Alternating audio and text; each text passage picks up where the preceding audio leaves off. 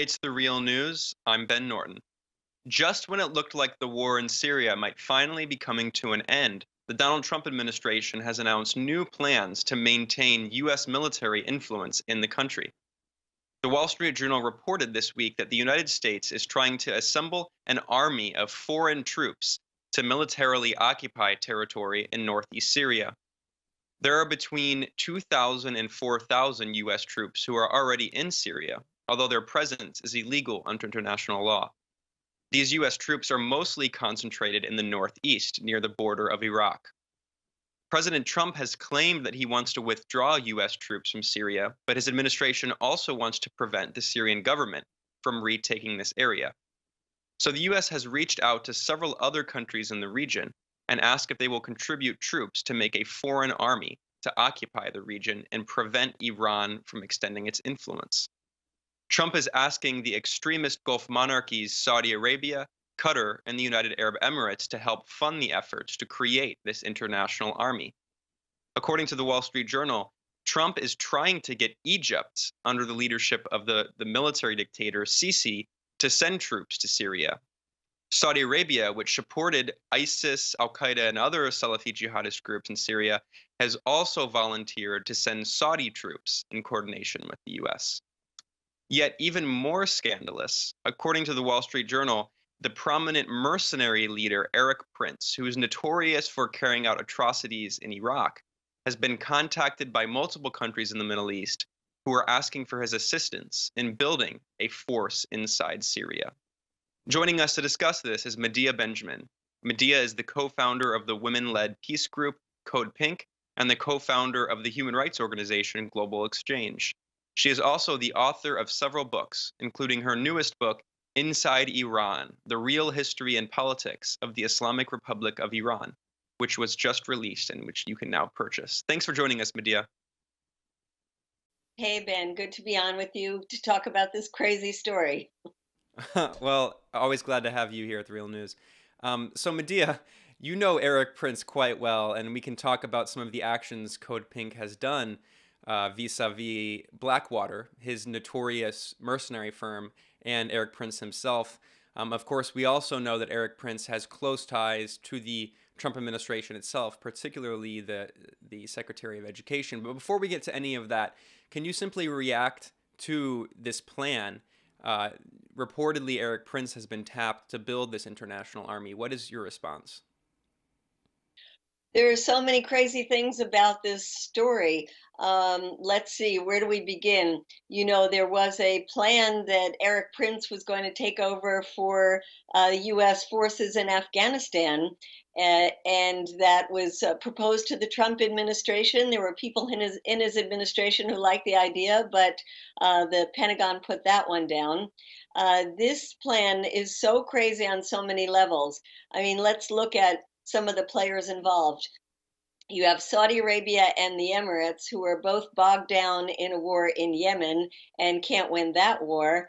And the Emirates have already contracted Erik Prince. In fact, he helped put together an 800-member mercenary force that has been fighting in Yemen unsuccessfully and includes mercenaries from other countries. In fact, he has hired people from Colombia. There's an Australian who's been killed as part of that force.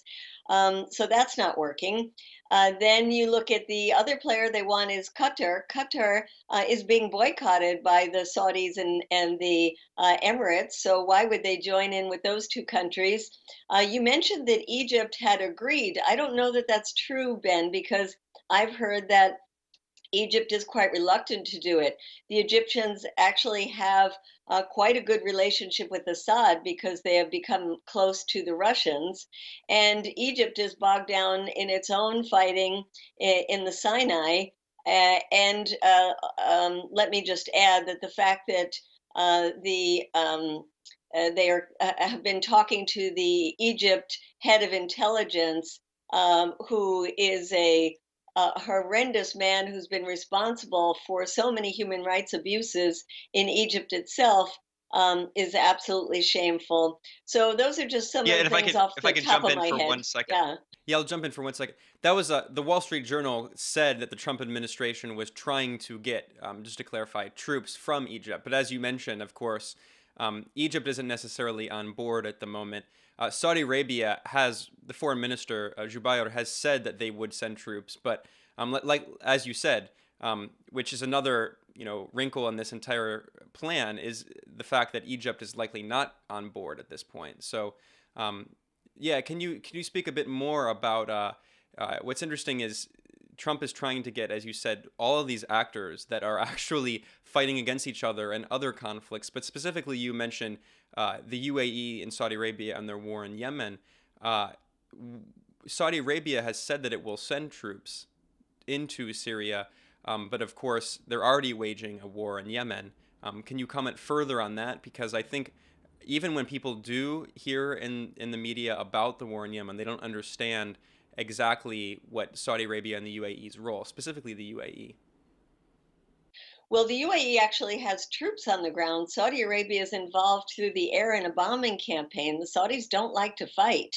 And the Saudis and the Emiratis had been asked earlier by the US to send troops into Syria, but they declined to do so. They said, we'll just give money and support the troops that the US was supporting, the Syrians.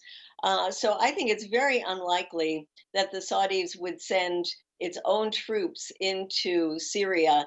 They are much more interested in trying to get a win in Yemen, where they have been bogged down in a war against the Houthis, a war that really was a civil war until the Saudis got involved and then brought in the Iranians to back the Houthis, and it's become a proxy war there.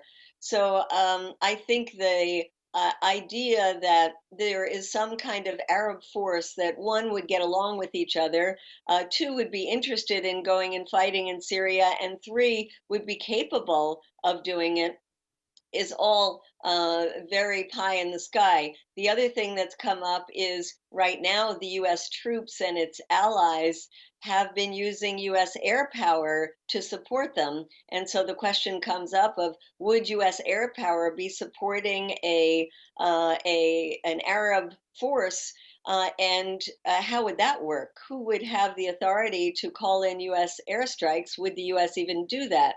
So that's another piece of the puzzle that doesn't seem that it would have any sensible policy outcome. Yeah, and then let's jump back to Erik Prince. Of course, he has. Maybe you can speak about his close links to the Trump administration, specifically Betsy DeVos, but also can you speak about what Erik Prince has been doing for years in this region? Of course, many Americans might be familiar with the name Blackwater, but they might not realize just how notorious this group is and the amount of blood it has on its hands, particularly in Iraq. And then also, if you mentioned that Erik Prince has been contracted by some of these countries already, specifically the UAE, also Somalia, to build private security forces in the region. Can you comment a bit further on what you know about Erik Prince? He was so notorious during the days of the Iraq invasion, and so many of the employees for Blackwater were involved in killing of civilians in Iraq that there are still Department of Justice investigations going on. He's most infamous for the Nisour massacre that happened in 2007 when 17 Iraqi civilians were killed by Blackwater employees who were guarding a U.S. military convoy.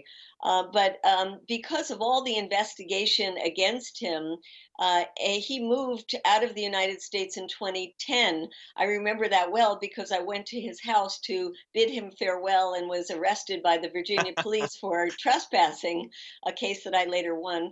But he moved to the Emirates, and it was rumored at the time that he was moving there because they didn't have an extradition treaty with the United States. You talk about the relationship with the Trump administration. Well, certainly there is his sister, Betsy DeVos, who is in charge of education in this country. But he also has relationships with a number of the other characters. Well, one of them, the ex, which is Steve Bannon. And he has been proposing these kind of mercenary forces to the Trump administration from the time they came in. As you said, he has assembled such a mercenary force already for the Emirates. He is involved. I think he was paid over $500 million to do that, and he is a mercenary. All he cares about is selling himself as a pimp, I would say, to be contracted out by other countries. In the case of the Emirates, for example, it was to put down any potential democratic uprisings that might come about as a result of the Arab Spring, and now to be working with the Emirates in terms of putting down the uprising in neighboring Yemen. And who knows, I hope we will be able to stop this plan that's being cooked up in the Trump administration. And I think it's something that John Bolton, his new national security advisor, is unfortunately quite favorable to. But I think having Erik Prince involved in anything that has to do with U.S. national security is disastrous. Well, unfortunately, we'll have to end it there, Medea. Thanks so much for joining us, and thanks for shining light on this particular issue, because I think the fact that Erik Prince is even in consideration, considering, as you mentioned, the massive atrocities that he's linked to, is not only something that should be incredibly outrageous, but it to me reflects the attitude of the Trump administration and its political ideology, which is ultimately not just hyper-militarism. Trump is ramping up many of these wars, specifically in Yemen and elsewhere, but also it's a combination of that hyper-militarism with this intense neoliberalism, with an intensification of privatization, tax cuts, the so-called freeing of the market. And Erik Prince and his mercenary firms are the application of that ideology to the military. So thanks for joining us, Medea. Thanks, Ben. And this is Ben Norton here, reporting for The Real News.